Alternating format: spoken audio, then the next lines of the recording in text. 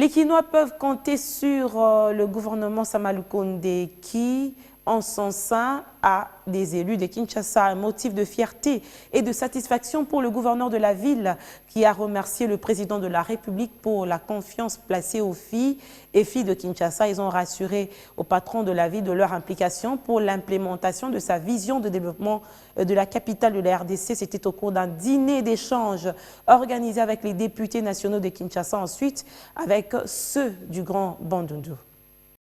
Ces élus nationaux illustrent la représentativité de Kinshasa au sein du gouvernement Samalukonde.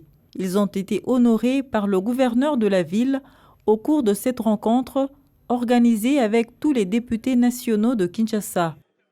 Un motif de satisfaction pour le gouverneur qui les a conviés autour d'un moment d'échange sur les priorités de la ville et leur partition à jouer pour faire entendre la voix de la ville-province de Kinshasa. Nous allons pouvoir aussi échanger sous forme de dialogue, sous forme de conseil aussi. Conseil tout simplement parce que nous avons deux élus quinois qui ont été promus à des postes de responsabilité importants. Jean-Tini Ngobila a remercié le chef de l'État pour le choix porté sur ses ambassadeurs de Kinshasa au sein du gouvernement de l'Union sacrée.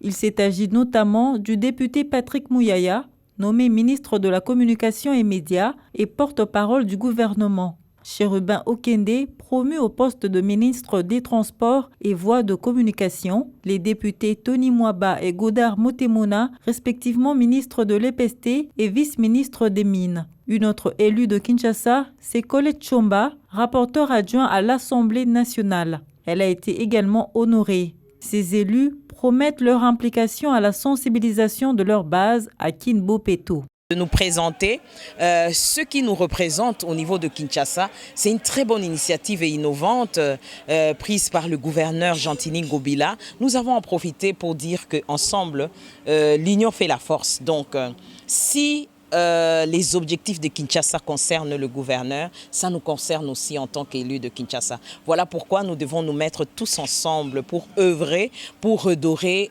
l'image de Kinshasa la belle, l'image de Kinshasa accueillante, l'image de Kinshasa qui donne des emplois aux jeunes.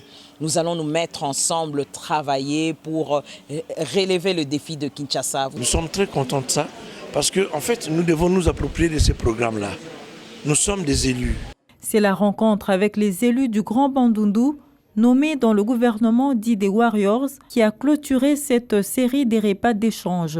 Ils sont à deux à être honorés par l'autorité urbaine. Il s'agit de Onyege Ntsele et Séraphine Toulougou, respectivement vice-ministre aux Finances et vice-ministre à la Défense nationale. Tous à l'unisson, ce collectif de députés de Kinshasa réitèrent leur appartenance à l'Union sacrée.